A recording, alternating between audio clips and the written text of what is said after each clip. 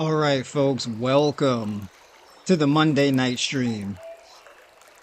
Going to be talking a little bit about exercise and weight loss today. Um, so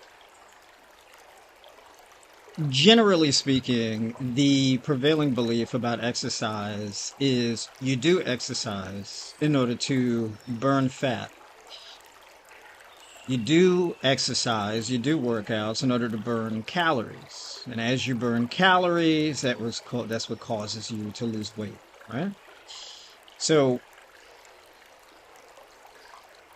what happens is people take this idea of, well, I'm going to do an hour of cardio a day, and that's going to get me to burn a few extra more calories, a few hundred more calories. And then I'm going to do resistance training and burn more calories. And I'm going to do that 5, 6, and if I'm really aggressive with it, I'll do it 7 days a week, right? So you'll have people who are very, very committed to losing weight. They want it bad, right? Get a membership, go to the gym every morning, 2 hours in the gym. Treadmill, then the recumbent bike, then the Stairmaster, then lifting some weights and all of this type of stuff, right?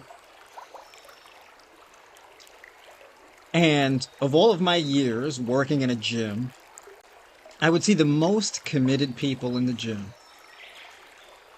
And they would be the same weight all year, same body fat percentage all year, right? And this can be very frustrating because you figure, you know what, I'm eating right, I've cut my calories, I'm eating 2 salads a day now. I'm only eating 3 times. I'm even doing intermittent fasting where I start eating at 12. I'm done eating at 8. I'm working out 2 hours a day. I'm working out 7 days a week, and the weight's still not coming off. And I would hear these complaints. My sleep quality is declined. I'm feeling less motivated. I'm very frustrated. I'm tired all the time. I got all of these food cravings where I just want to pound a tub of ice cream and all of this type of stuff, right? And it's this roller coaster of emotions. And the substrate of that struggle is the idea that more exercise means more caloric burn, which means more fat loss, which means more weight loss. If this has been your struggle, right, you probably identify with this. And the thing that you need to understand is you need to change the underlying beliefs behind what you think about exercise. You don't exercise in order to burn calories. And put it this way. 1 pound of fat is the equivalent of 3,500 calories, meaning it would require a caloric burn, a total caloric burn of 3,500 kcals in order to burn 1 pound of fat. 3,500 calories. If you do, let's say you walk for an hour. If you were to walk for an hour, you'd burn anywhere between 200 and 350 calories, somewhere around there, right? Maybe you may even burn a lot more than that, depending on how overweight you are. So let's say you burn the 350 calories in 2 days, right? You burn, 700 something, going on 800, right? You can do that all week and barely burn a pound of fat. Right? In fact, that cardio alone isn't enough to burn the fat. You can religiously burn that 350 calories every day, 7 days a week, and still not lose a pound of fat. You say, well, mathematically, you told me 3,500 calories. It's like, yes, but 3,500 calories of what? 3,500 calories of glucose from carbohydrates, 3,500 calories of dietary fat, 3,500 calories from proteins, amino acids that have been converted into glucose. What are we talking about here? All right.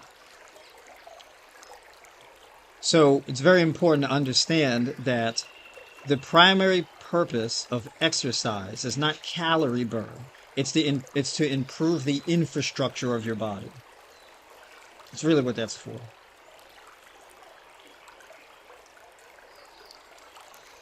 there's a whole bunch of other metabolic processes that happen um, that prep your body to burn fat later on, long after your workout is over, or at least right after your workout is over. And then it depends on the kind of workout you do. So some people say, I want to lose weight, but I don't want to lift weights.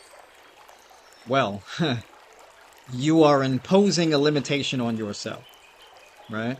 Because if you say, I want to lose weight, I want to get lean, but I don't want to lift weights, I don't want to engage in any kind of resistance training, well, you're going to set yourself a really low ceiling as far as the potential that you have for fat loss.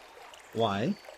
Is because it's going to be a lot more difficult to really peak out and maximize your metabolism, as far as your glucose metabolism, for example.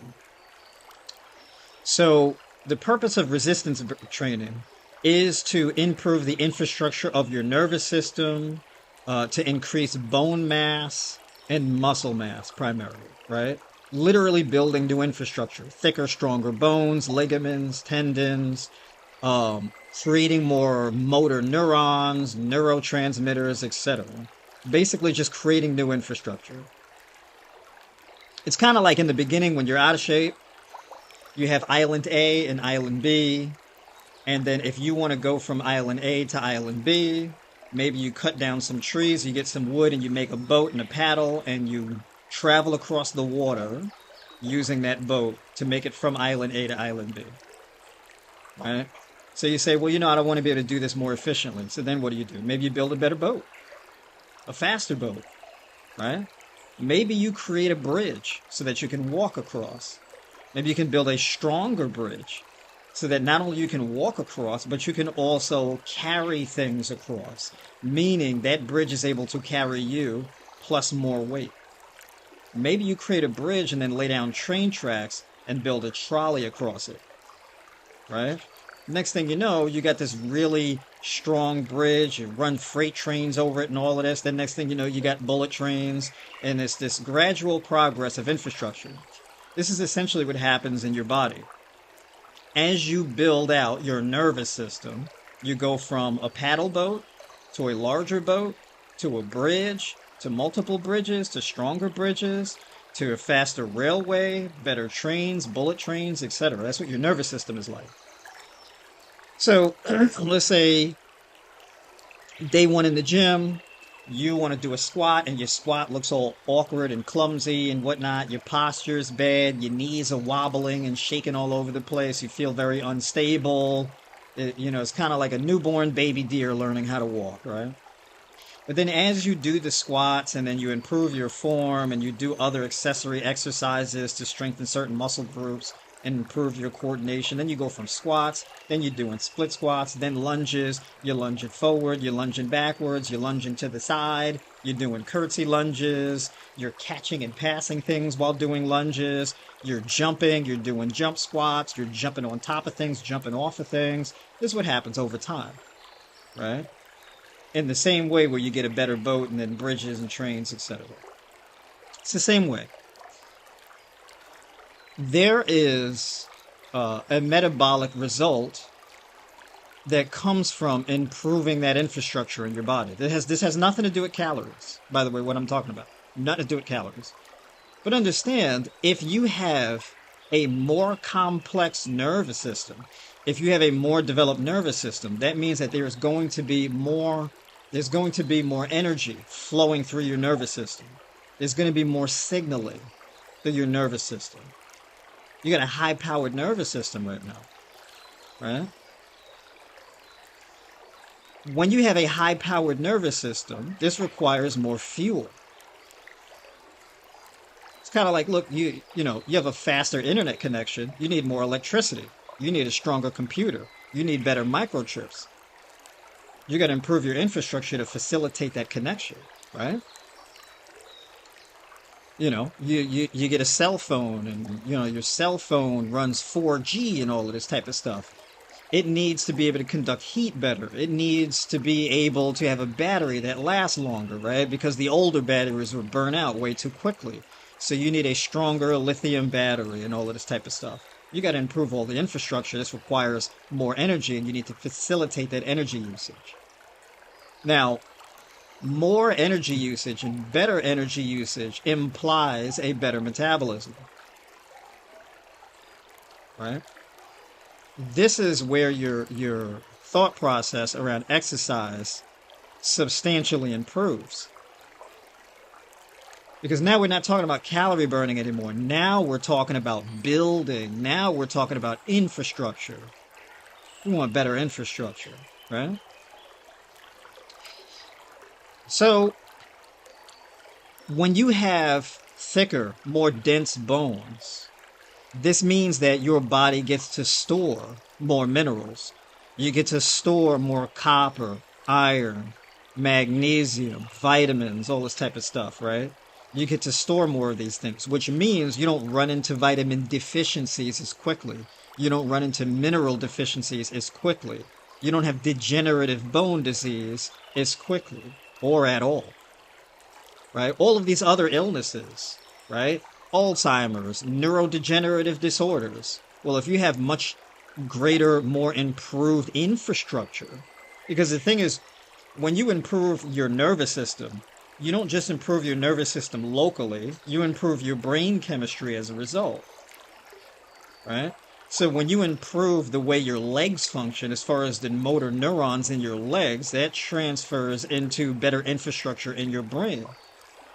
You got to make new connections in your brain. You have to make new connections throughout your spine that connect to your hips and throughout your muscles and your knees, ankles, and all of your joints going all the way down the kinetic chain.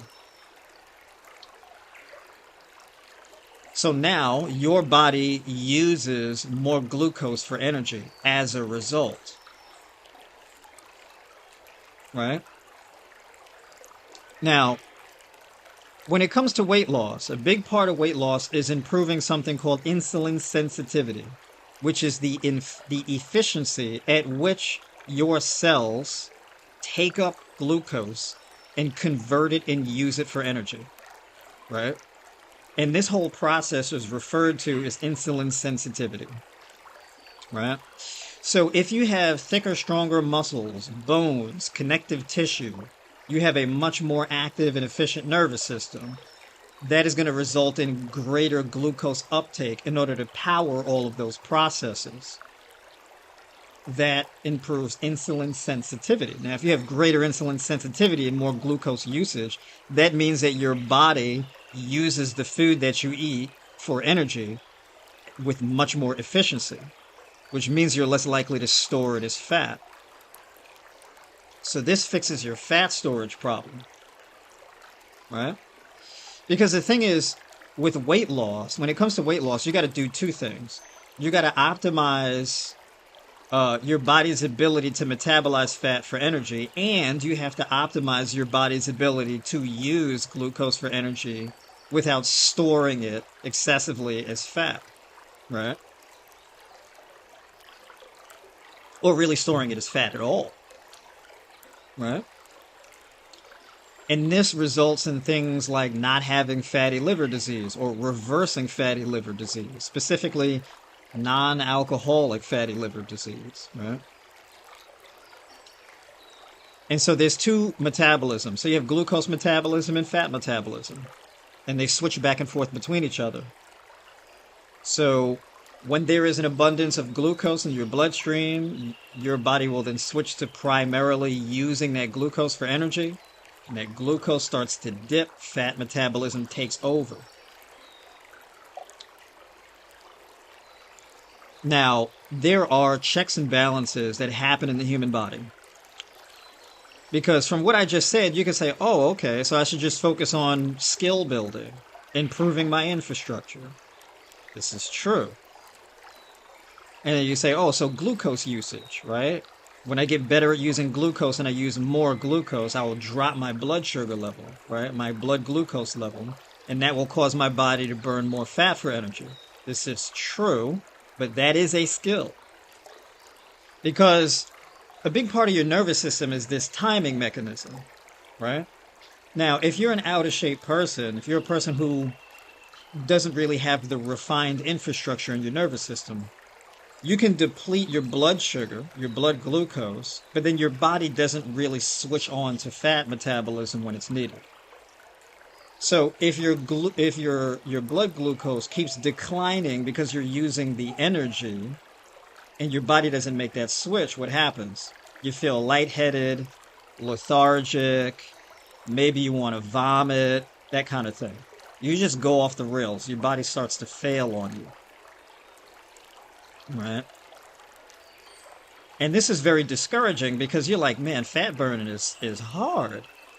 And that felt so terrible. I'm afraid to drop my blood sugar because that feeling is terrible, right? So there's a way that you have to train your body to slip in. Now, I'm going to get into that, but before I get into that, I'm going to make a quick plug. I'm going to scroll through the comments here a little bit.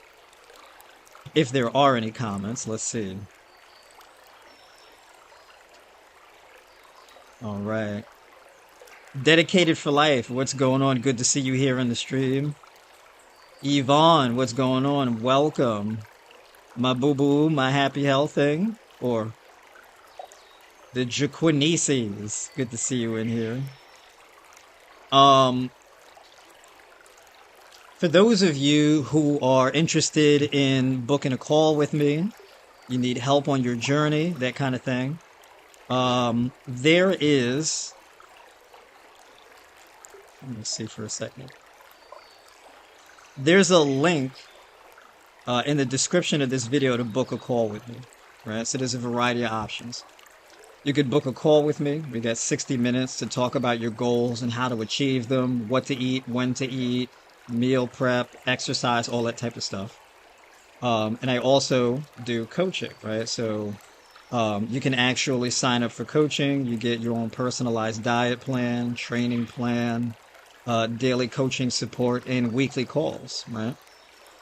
And then you can become a Tribe by Noir member. If you want to do that, you get access to my High Raw Vegan Nutrition Guide and diet plan. So that has diet plans for weight gain, weight loss, fixing high blood pressure, reversing diabetes, different illnesses like that, right? It goes through meal structure, how to calculate calories and macros, gut health, how to improve your gut health if you've got leaky gut issues, all that type of stuff. And then you get access to all of my training plans, right? I have a variety of different training plans. Body weight and resistance bands, training in the gym with barbells, powerlifting programs, that kind of thing, right? And then, of course, access to my Discord support group, right, where I communicate with everybody who I'm coaching and all of my Tribe by Noir members directly. So all that stuff will be in a link in the description. So whichever one you feel like doing, definitely you can do that. And of course, there you can also sign up for my free Tribe by Noir newsletter. Right, so you get notifications of my upcoming live streams, like this one that I sent out in an email to the list earlier. So getting back on topic here. By the way, this is I got matcha tea in here. So when we talk about exercise and working out, we also have to include nutrition in that. So we can't talk about them as if there's two separate things that don't intersect, because they are. When it comes to your blood sugar collapsing, yes, you do need a training plan so that you can self-regulate, because you can't just go and decide, I'm going to work out and I'm going to go and give 120% in each and every workout I do. You can't really just run yourself ragged like that. It doesn't really work. Because the thing is, recovery is just as important as the training itself. You don't improve from the training that you don't recover from, right? So the only way it counts is if you can recover from it. If you're not able to recover from it, you just get injuries. You can go through anxiety, depression. It can destabilize your brain chemistry, ruin your sleep quality, etc., right? So you do have to be measured in your approach. Now, nutrition is very important because that's how you fuel your body, right? So, a whole food diet where pretty much your whole diet should be nearly entirely whole food, plant-based foods, right? We're talking like 98% whole foods, if not just a straight up 100%, right? The only things that probably wouldn't be whole foods would be like pea protein powder or nutritional yeast, or tomato sauce or something like that. But the bulk of your food intake should be straight up whole foods. All right. Um, and it should be a carbohydrate dominant diet where at least 50% of your macros should come from carbohydrates. Right. Um, you want to calculate your macros according to your lean mass, not your overall body weight. So if you're like 320 pounds or 240 pounds, you don't want to calculate your macros according to your overall body weight because we don't want to feed fat mass. We just want to feed your lean mass, right? We want to feed the stuff we're trying to keep and starve the stuff we're trying to lose. That's essentially what the methodology is, right? So it's good to know what your body fat percentage is. You have scales that can tell you this kind of thing. But generally speaking, if your body fat percentage is, let's say, 40%, you would subtract 40% from your overall body weight, and that would give you a number that more so resembles your lean mass. And then you calculate your macros according to that. You should be getting at least 4 grams of carbohydrates per kilogram of lean mass, right? You should be getting at least 1 gram of protein per kilogram of lean mass if you're really trying to efficiently build muscle and strength and that type of thing. And then, of course, for dietary fat, your dietary fat should be anywhere from 0.5 to 1 gram of fat per kilogram of lean mass. If it's going to be 0.5 grams, like a half a gram per kilogram of lean mass, that would apply to, let's say, a raw vegan fruitarian diet plan or a diet plan like 80-10-10, 80% carbs, 10% protein, 10% fat, that kind of thing. A more normal, sustainable amount is 1 gram of protein, 1 gram of fat per kilogram, or 1.5 grams of fat per kilogram of lean mass. And your dietary fat should come from nuts and seeds and foods like avocados and coconut yogurts and things like that. All right. Following these kinds of guidelines, like what I just mentioned, that'll give you an abundance of iron, copper, magnesium, manganese, potassium, all of that type of stuff. That'll cover your gaps, broadly speaking, any gaps that you may have as far as your nutrition. Supplementation does have its purpose. So, for example, I'm a big fan of supplementing with B12. There are, let's say, plant-based milks that are fortified with B12. There are nutritional yeast that's fortified with B12, things like that, right? But being that our water is desalinated, right, it's filtered out, so it's stripped of everything, and, everything is sanitized, we don't really get the B12 that we should, right? And so that's where supplementing with like some form of liquid B12 complex or something like that would be ideal. That's especially important too for glucose conversion into ATP, which is your cell's form of energy that it creates from glucose.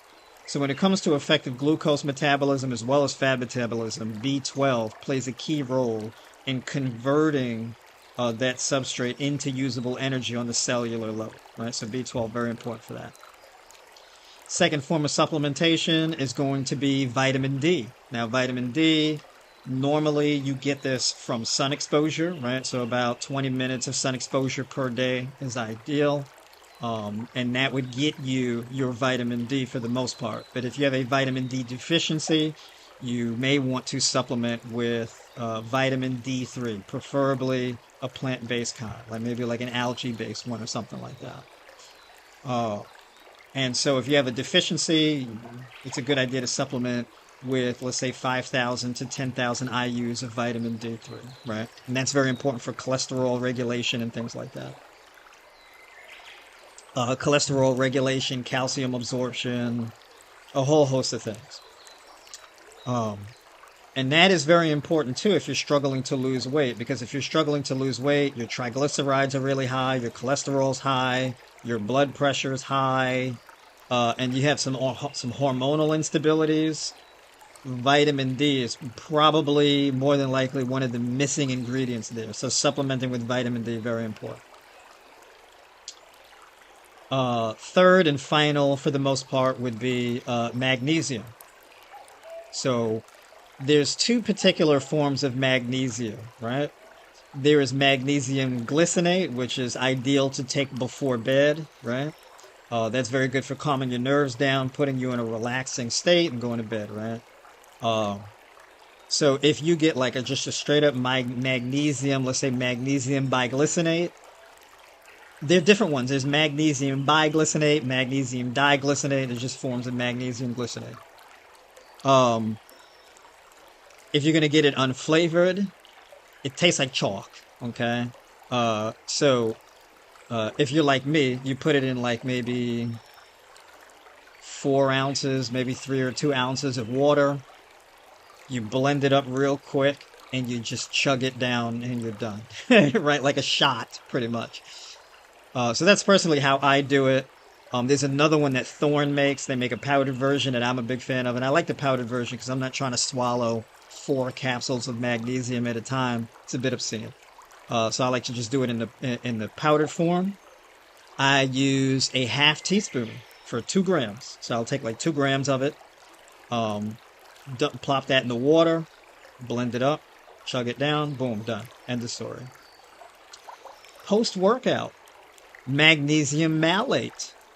If you have neuropathy, if you have joint pain, radicular pain, like nerve pain, for example, you've got degenerative bone issues, right? You have inflammation in your joints, arthritis or something like that, and it flares up after workouts or something.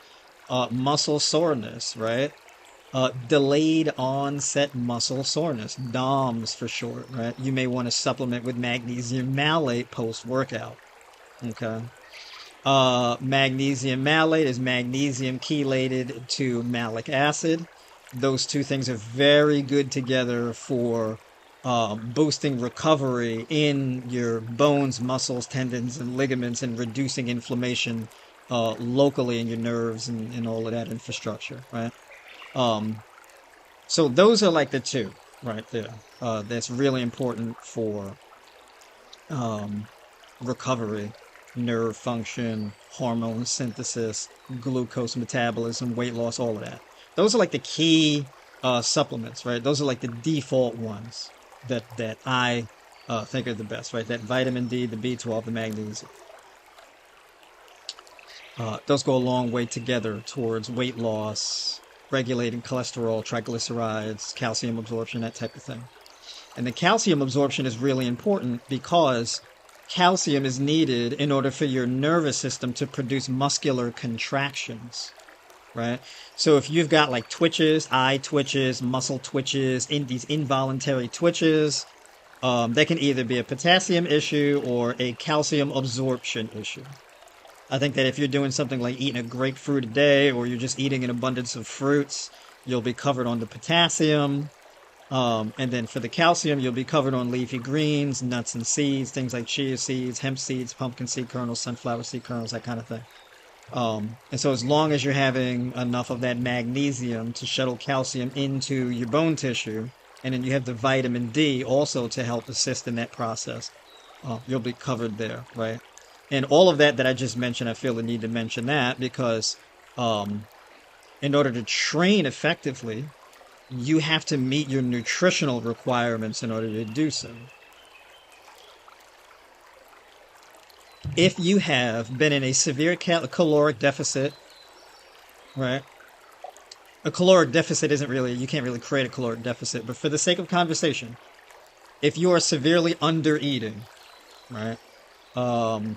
That could result in all types of deficiencies, right?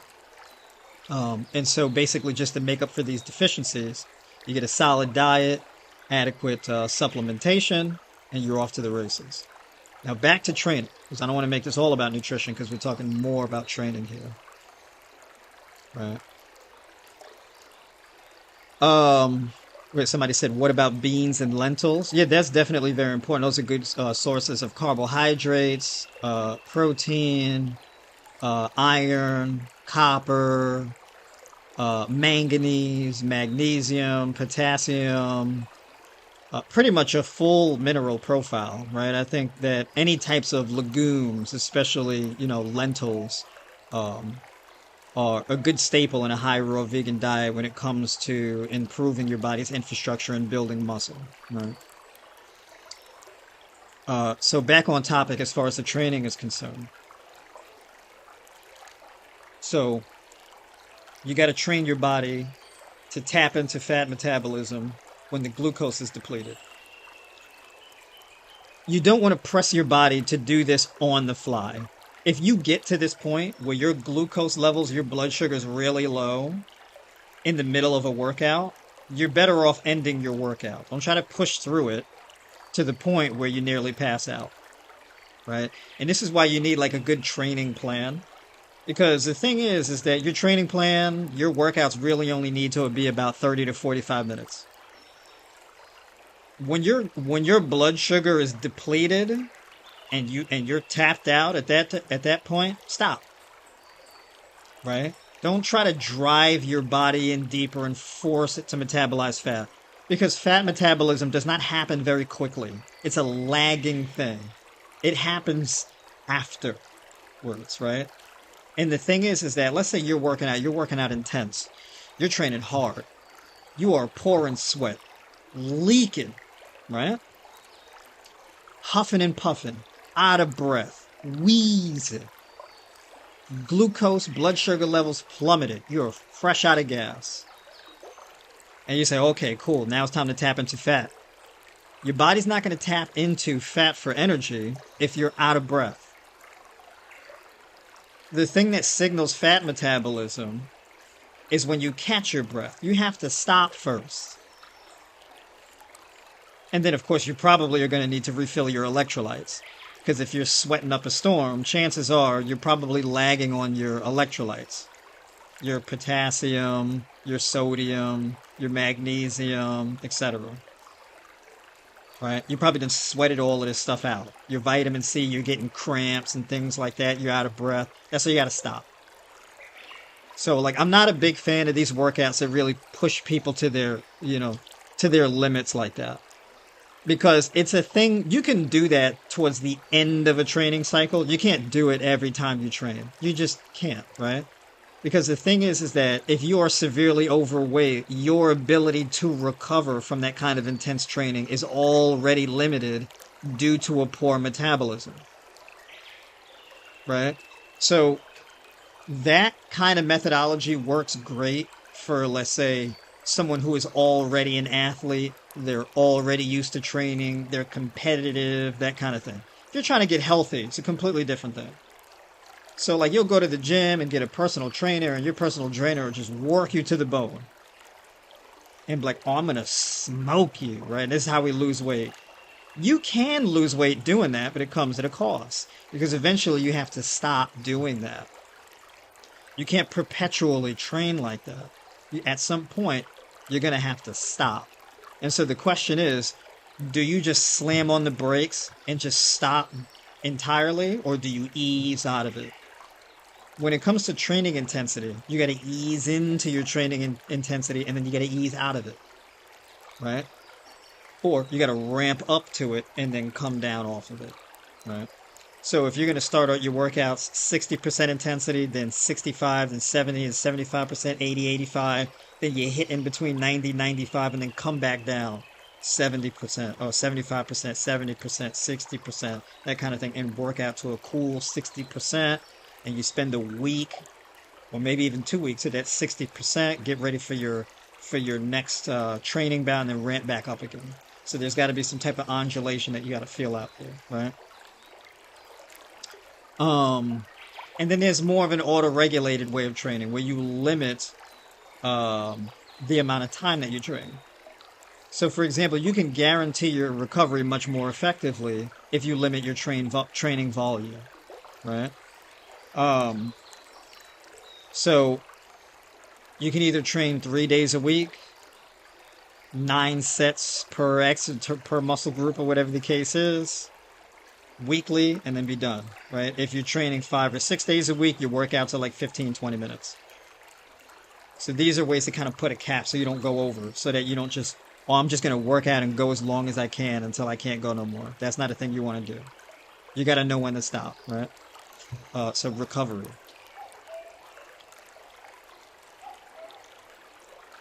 One of the best things that you could do when it comes to working out for weight loss, one of the best things that you can do is use your workout to drive down your blood sugar, right? And then hit that blood sugar that's in between 70 and 110. Really, it should probably be around 90 or so. And then, for the rest of your meals throughout the day, be able to control your blood sugar where you have like your blood sugar is in between that, let's say 90 and 120 or something like that in between meals. So you eat, it comes back up a little bit, and then it comes back down, goes back up a little bit, and then it comes back down. And you're burning fat throughout the day. You're practicing good stress management throughout the day after your workout. And then you maximize fat burn when you go to sleep at night.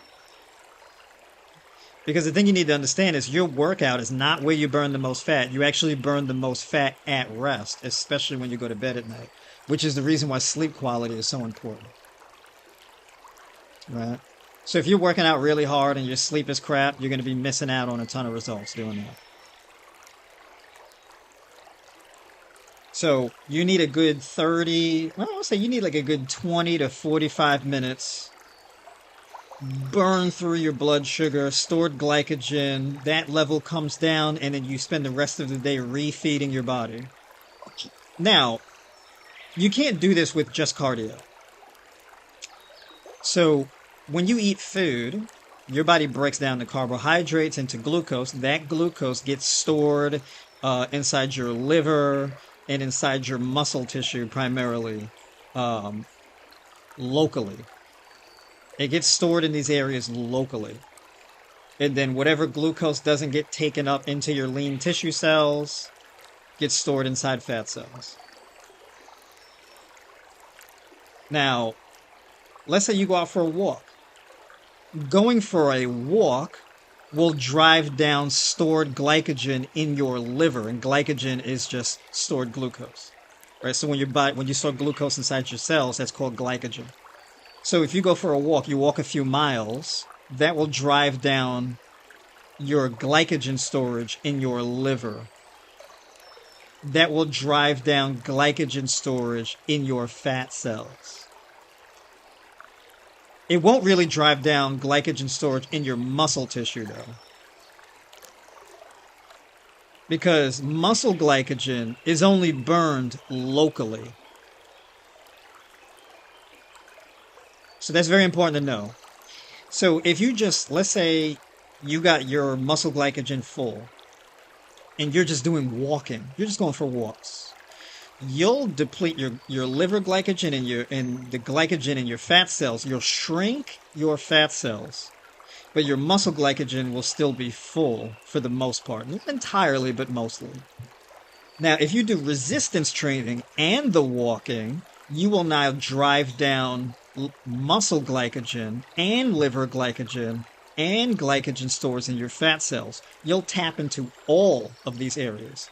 So then when you eat, your body now has to use that food to replenish more glycogen stores.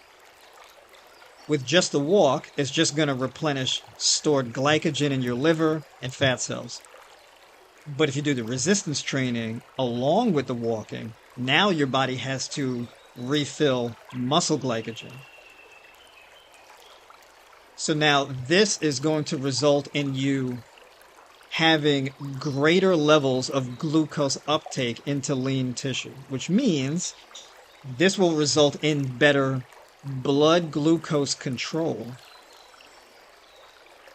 You won't have as high of a blood sugar control because all of that glucose is being sucked right up into all of your lean tissue. You've used more of it because you've depleted it everywhere. Okay? And then this has results where your body will release more hormones. Your body will replenish your adrenal glands. Your body will release its natural antioxidants from your muscle tissue.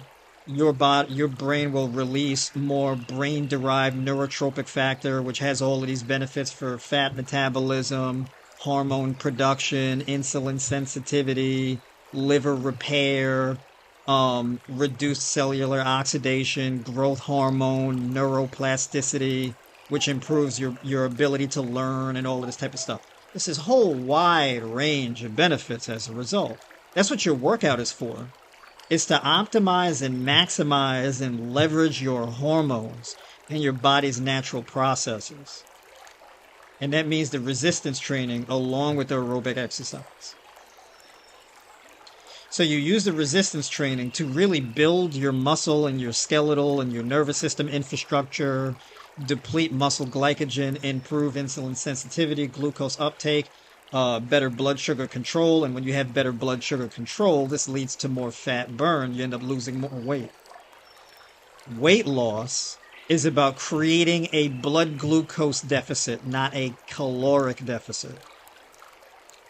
I didn't say anything about calories. This whole thing, all the stuff I've been talking about with workouts, nothing to do with calories. I'm not talking about calories. Right? If you're working out just to try to burn calories, you are wasting your time. The calories is the smallest part of this. How many calories you burn from a workout is relatively unimportant. Because the thing is, you will not be able to train hard enough to burn enough calories to meaningfully lose weight from a workout. It's not happening. Just 1 pound of body fat is 3,500 calories.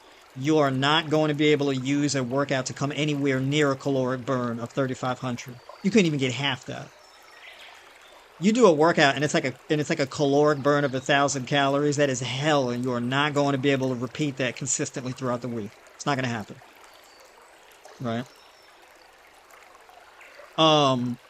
Your resistance training, it'll probably burn around 200, 250, maybe 300 calories. Your walk will burn around 200 to 300 calories.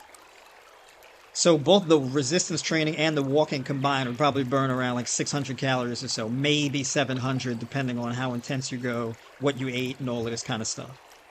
There's nowhere near that 3,500 calories you need. However, if you manage your blood sugar better and you improve your insulin sensitivity better, right? And you flood your body with all of the alkalizing minerals and the antioxidants, the vitamin C and all of that type of stuff to engage in as much stress reduction as possible, stress management, and improve sleep quality to get really good, deep sleep. Your liver will be functioning better. Your kidneys will be functioning better. Your pancreas will be functioning better. Your blood sugar will be more stable. Your fat metabolism will be a lot more optimal. Your adrenal glands will be a lot fuller and more productive. Your serotonin levels will be higher. Your melatonin conversion will be a lot better. Your dopamine sensitivity will be a lot better. You will feel more motivated. You will feel more mental clarity. You'll learn quicker. All this type of stuff happens as a result of not just your training, but active, on-point stress management and sleep quality.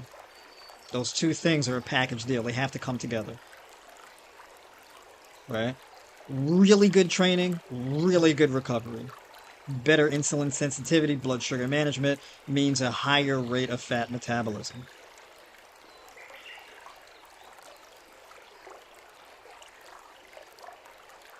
That's how we use exercise. You don't need to run. As a matter of fact, I don't really tell people to run at all. Human beings aren't really meant to run long distances. You can run long distances, but it's not a thing that you should be doing normally. If anything, if you're going to run, it should be fast, short distance running, like sprinting. Long distance running, the longer you run, the more chance of an injury you get. Right? You get more wear and tear on your ankles, knees, hips, that type of stuff. It's not... There's diminishing returns with it, right? The longer you do it, the less effective you get at it, right? You can, if you like running, sure, go for it, right? Running 1 or 2 miles or 3 miles or so, it works. It's not better than walking, though. Walking is the best long distance endurance exercise when it comes to fat loss. When it comes to losing weight, when it comes to fat loss, walking is number one. It is the king of fat metabolism. The reason, so if you go running, now running is more anaerobic. You run out of breath. Now, of course, as you get better at running, you'll be less likely to run out of breath. But the thing is that fat metabolism requires a lot of oxygen, which means that the best exercise to do is the one where you're in a rhythmic movement, but you're not out of breath. You have an abundance of oxygen intake, which is walking. Walking, or like bike riding, is not too intense. You're rhythmic, you're in motion, your torso is rotating, so your lymphatic system is pumping and flushing out toxins and clearing your lymph nodes, etc. Right? And then you got an abundance of oxygen. And so if you have an abundance of oxygen, this is going to get you more into fat metabolism. Now, the thing is that you can walk and really drop your blood sugar levels and not feel lightheaded like you want to pass out because you have enough oxygen to flip your body into fat metabolism. That lightheadedness and that fatigue and the exhaustion is a result of a lack of oxygen. Walking, you don't have that problem. The least amount of injury is going to be in walking. So the thing is, walking doesn't really have diminishing returns. It's safe, and it's the most effective thing you can do, and you can do it, you can be completely out of shape and still do it. Right? So you do your resistance training, you improve your nervous system, muscle contractions, etc., and then you go for your walking. The third form of exercise is going to be mobility exercises. Right? So, what do I mean by mobility? Now, when it comes to human movement or movement hygiene, you've got flexibility, mobility, and stability. It's three, right? Flexibility is the ability to stretch your muscles, tendons, predominantly your muscles and tendons, or to be able to stretch a muscle. You don't really necessarily want to go crazy stretching the tendons, right? But stretching, like stretching a muscle, that's flexibility, right? How much can you stretch a particular muscle? Stability. Prevention of movement, right? Stability means the limiting or the prevention of movement, period. The more stable something is, the less movement there is in it, right? And then you have mobility. It's the ability to create movement in a wide range of movement, right? So, for example, shoulder mobility. I have full movement, full rotation of my shoulders, right? I don't want to be filling my arms all over the place, start smacking stuff and whatnot. So those things. Now, the thing is, resistance training mostly is just to produce strength and muscular endurance, right? Muscular contractions. The mobility stuff that I'm talking about with the flexibility, mobility, and stability, that's a movement hygiene thing that should be paired with the resistance training. Because your mobility facilitates your body's ability to engage in the exercises at all. So, for example, if you want to squat because you want to build up your glutes, you want to get some nice, strong, thick, round butt cheeks, and so you want to squat and deadlift and all of that, you need to be able to engage in the movements to facilitate that, right? Which means you got to work on hip mobility, knee mobility, ankle mobility, right? Spinal mobility, all of this type of stuff. Specifically, when it comes to the anatomy of something like a squat, you need mobility in the hips, knees, and ankles. Well, no. Let me reframe that. You need mobility in the hips and ankles, and you need stability in the knees and spine. So you don't want too much movement happening in your knees when you're squatting, because that's how you get a torn meniscus or something like that. And you don't want too much mobility in your back and your spine, because you don't want your core all loose and whatnot, especially if you're holding weights, because you don't want a herniated disc or something. But the mobility in your hips, you want that because you want to be able to get deep into a movement. With knees, you want flexibility, right? But it's not the flexibility of the knee necessarily. It's the flexibility of the quadricep.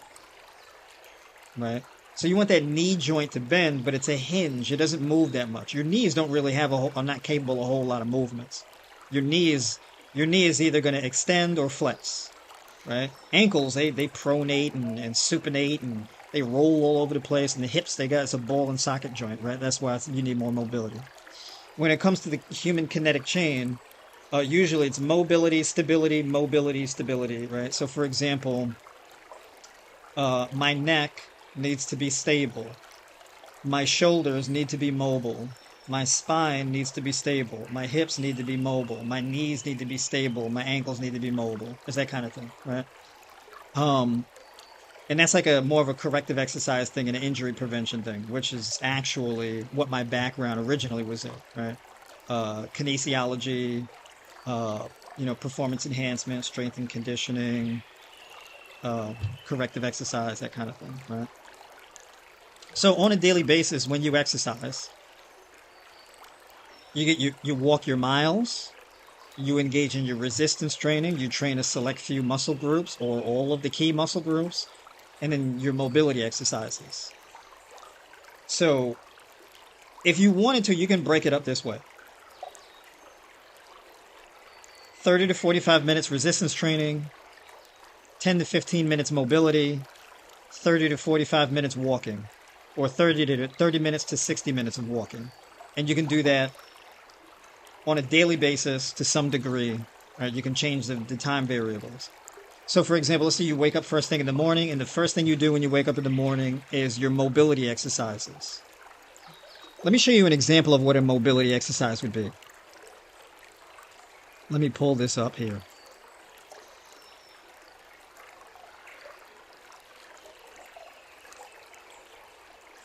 Okay, so the beast lunge, right? So this is one of those exercises that you could do first thing in the morning, right? When you wake up. You can get out of bed and do these. And so this here, you're going to stretch out and open up your hips, your knees, ankles, shoulders, you rotate your torso, everything like that. You work your abs, shoulders, upper back muscles, everything.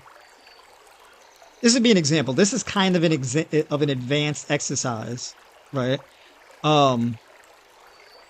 But there are also simpler ones. So let me see if I can pull up one that's a less intense exercise here.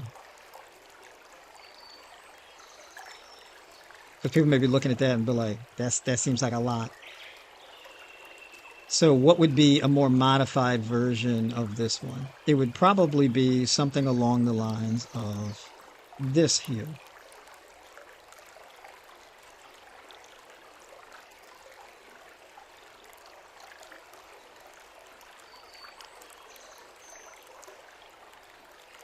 And this would be a little bit slower pace.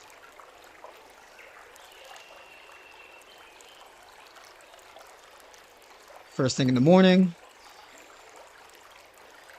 A little bit slower pace. Go through the motions, left and right side. And then there's a little bit of a bonus that comes afterwards. Walk your toes up. Stretch the hamstrings out. Work your shoulders. Deep breath out, exhale, and then back to the center. Right. So simple movements to use first thing in the morning, right? So you could do some more simple ones, more advanced ones, that kind of thing. Right? Even more simple things. Let's say your reverse bear walk. Wake up first thing in the morning, hands and knees, walk it back up to your feet, stretching out your hamstrings, working your shoulders, abs, all of this kind of stuff. Now, if you're really overweight, this could be a workout in and of itself. So you could do this around like 5 times or so each set, maybe even 3. Depends, you feel it out. Take your time, deep breaths in and out between each movement, that kind of thing there. Right. So these are some of the exercises that I'll put in exercise plans and things like that, morning routines, that kind of thing. This would be more of like the personalized effect. When people say, I want, I need a good like morning exercise routine, nothing too strenuous, nothing too crazy, that kind of thing, right? Just I need to work on opening up my hip flexors, I feel tight in my body, all of this type of stuff, right? Let me find another one that's a good one that I want to share with y'all here. The bird dog. Hitting your abs, shoulders, glutes, working on balance, obliques, right? And you can pair this together with that reverse bear walk, right? Do a few on each side and practice the mindfulness, how your body feels, how balanced you feel, and everything like that while you're going through all these movements, right? And I can get a little bit more into, I could do another stream talking about exercise selection. I don't want to get too wrapped up in exercise selection, but just giving some examples here. Right? So,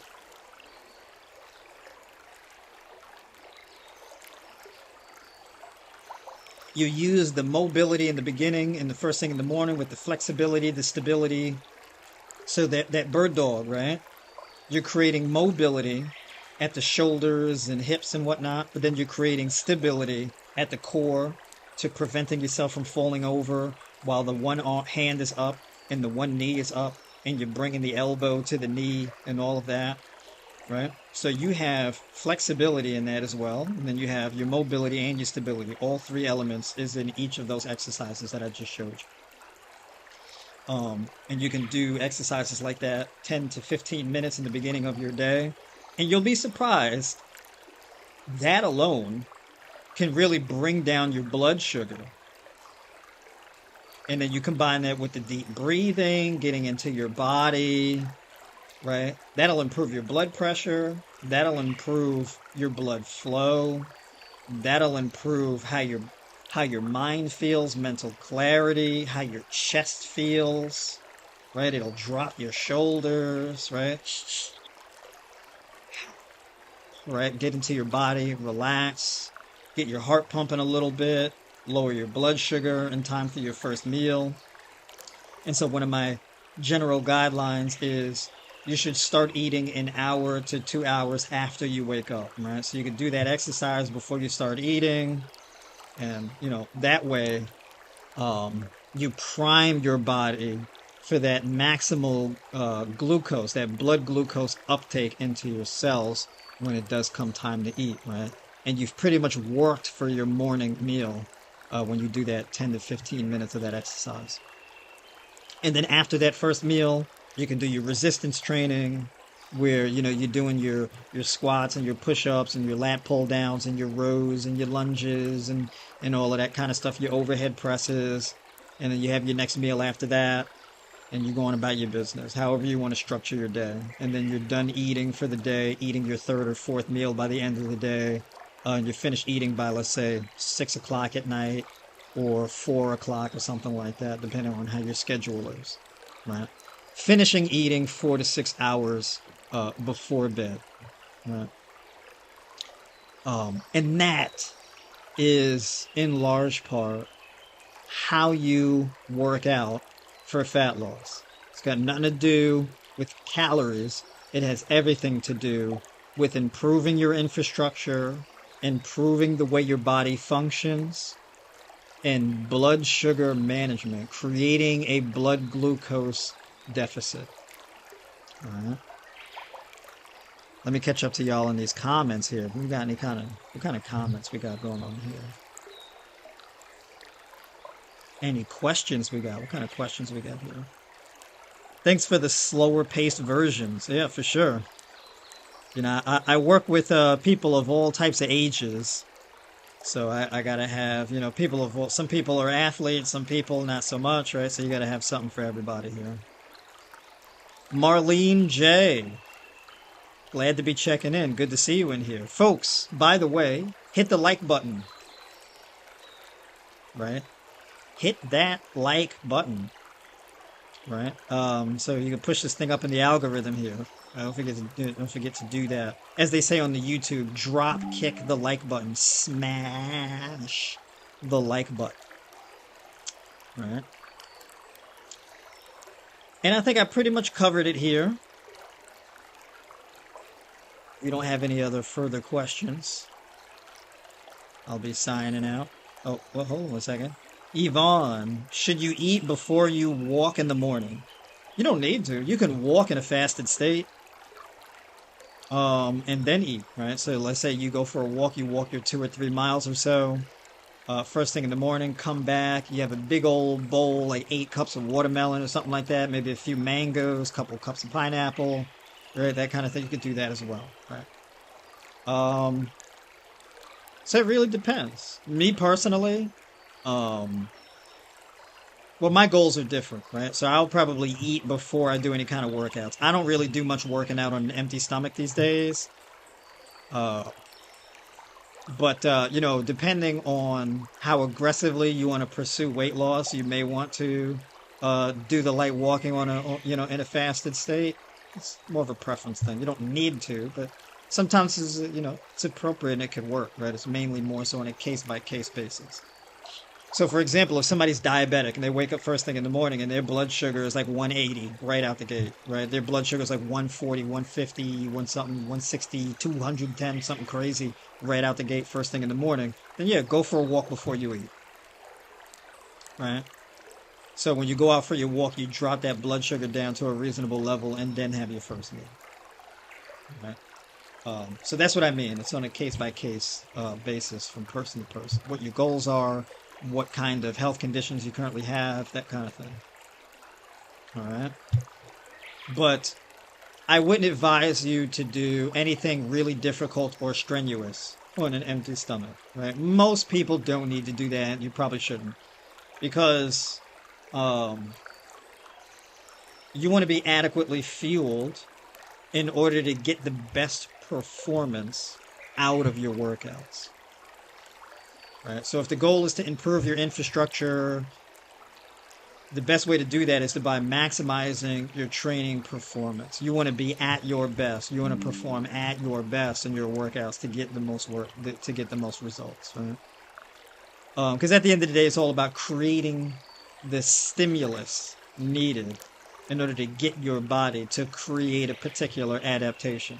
Bone density, muscle density, more motor neurons, more neurotransmitters, etc. Right? So that's pretty much more neural pathways. That's another one there. So that's pretty much the deal there. For those of you who might have missed it, there's a link in the description. You could book a call with me if you want to have a personalized plan or you want to get on a call and talk more about strategy, what your schedule should look like, what your diet should look like, what your training should look like, your exercise, that kind of thing. I do this full time, right? Coaching and all. Daily coaching support, weekly coaching calls, personalized diet and training plan, etc. So that's in the link in the description. And without ado, folks, have a good night. And I will talk to y'all on the next one.